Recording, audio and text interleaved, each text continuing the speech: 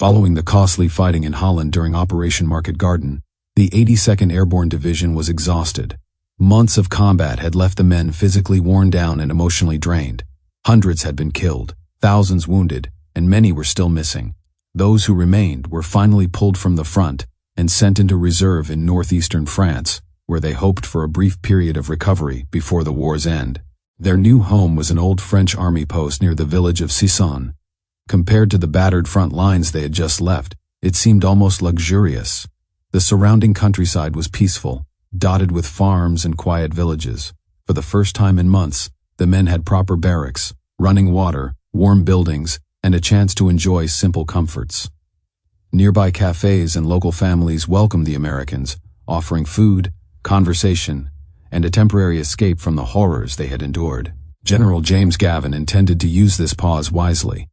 Although many of his soldiers believed the war was nearly over, Gavin understood that Germany was still dangerous. Determined to keep his division ready, he immediately resumed physical training. Long marches, field exercises, and strict discipline became part of everyday life once again. His officers questioned the demanding routine, but Gavin refused to let complacency weaken the division. Many of the soldiers struggled to understand his decision. They were tired beyond words. Some had already survived Normandy, Holland, and countless smaller battles. Others carried wounds that had barely healed. To them, the thought of more combat seemed unbearable. Yet Gavin believed that an airborne division could never afford to lose its edge. If another operation came, his men would need to be ready without hesitation. While training continued, many soldiers enjoyed brief moments of normal life. Movies were shown in the post-chapel, athletic competitions filled the afternoons, and regimental sports offered welcome distractions. Small pleasures became precious because every man understood that they might disappear overnight. Among those enjoying the rest was Sergeant Joseph Tallet. Having already fought through Normandy and Holland, he believed his hardest days were behind him. Like many others, he imagined surviving the war and returning home. One evening, while attending a film with friends, he noticed strange flashes on the eastern horizon after leaving the chapel. At first, they seemed like distant lightning, but there was no storm. Something about the sight unsettled him. The following morning confirmed his fears. Orders spread rapidly throughout the camp. Every available soldier was to prepare for immediate movement.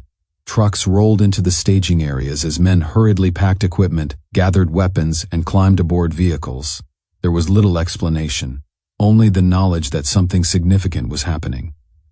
Within hours, the division was heading toward Belgium and one of the most famous battles of the Second World War. Far away at Allied headquarters, senior commanders were also watching the mysterious flashes in the east. Reports arriving from intelligence officers indicated growing German activity, but the information was incomplete. For months, the Allies had believed Germany lacked the strength to launch another major offensive. The prevailing opinion was that Hitler's armies were fighting a defensive war and were incapable of mounting a large-scale attack. The Ardennes sector reflected that confidence. Thick forests, rolling hills, and narrow roads made it difficult terrain, and both sides generally regarded it as a quiet front. American divisions stationed there were often inexperienced units receiving their first taste of combat, or veteran formations recovering from earlier campaigns. Patrols were limited, artillery exchanges were light, and many soldiers viewed the area as one of the safest places along the Western Front. The German High Command saw something entirely different. Recognizing that Germany could no longer win a prolonged war of attrition, Adolf Hitler approved an ambitious gamble. Rather than defending every mile of territory, he would concentrate his remaining strength into one massive surprise offensive. The objective was bold. German armored forces would smash through the Ardennes, cross the Meuse River, capture Antwerp, and split the British and American armies. If successful, the offensive might force the Western Allies to negotiate while allowing Germany to concentrate against the Soviet Union. Many experienced German officers doubted the plan. They understood that Germany no longer possessed the manpower, fuel, or industrial capacity needed for such an operation. Yet Hitler insisted that only a dramatic victory could reverse Germany's fortunes. The offensive moved forward despite enormous risks.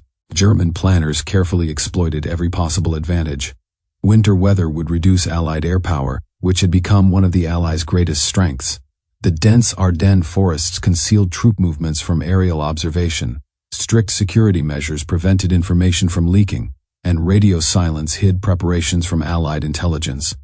Under the cover of darkness, entire armies assembled without attracting serious attention. To deepen the deception, German special operations units prepared unusual missions behind enemy lines.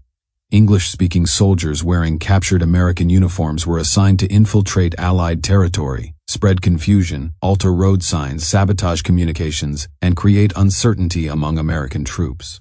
Though small in number, these commandos caused widespread alarm far beyond the damage they actually inflicted. By mid-December, nearly 250,000 German soldiers, supported by thousands of tanks, guns, and vehicles, stood ready. Many Allied commanders still believed the Ardennes remained a quiet sector, unaware that one of the largest German offensives of the war was only hours away. Before dawn on December 16, 1944, the silence shattered. Hundreds of German artillery pieces opened fire simultaneously, unleashing a devastating bombardment across the American lines.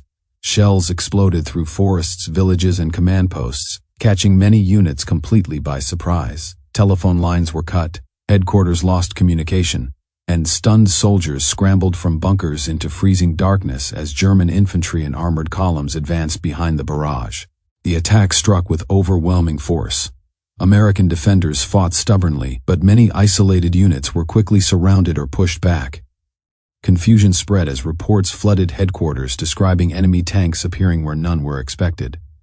Roads jammed with retreating vehicles, refugees, and reinforcements rushing toward the front. General Gavin was preparing for dinner when the first urgent telephone call arrived. The quiet period was over. Christmas plans vanished instantly as he learned that German forces had launched a major offensive. Within moments, the officers of the 82nd Airborne were receiving emergency orders. There would be no more rest. The division immediately began moving toward Belgium, once again preparing to meet an enemy that many had believed was already defeated. The comfortable barracks, peaceful villages, and brief taste of normal life were left behind as trucks carried the paratroopers toward the growing crisis. Ahead lay frozen forests, bitter cold, and one of the most desperate battles of the European war. The bulge had begun, and once again the men of the 82nd Airborne found themselves racing toward history. Have the 82nd Airborne been forgotten by history, especially following the Band of Brothers series? Considering that General Maxwell Taylor of the 101st Airborne was not present at the battle, did James Gavin deserve more attention? Let me know your thoughts in the comments. If you enjoyed the video, please consider hitting the like and subscribe.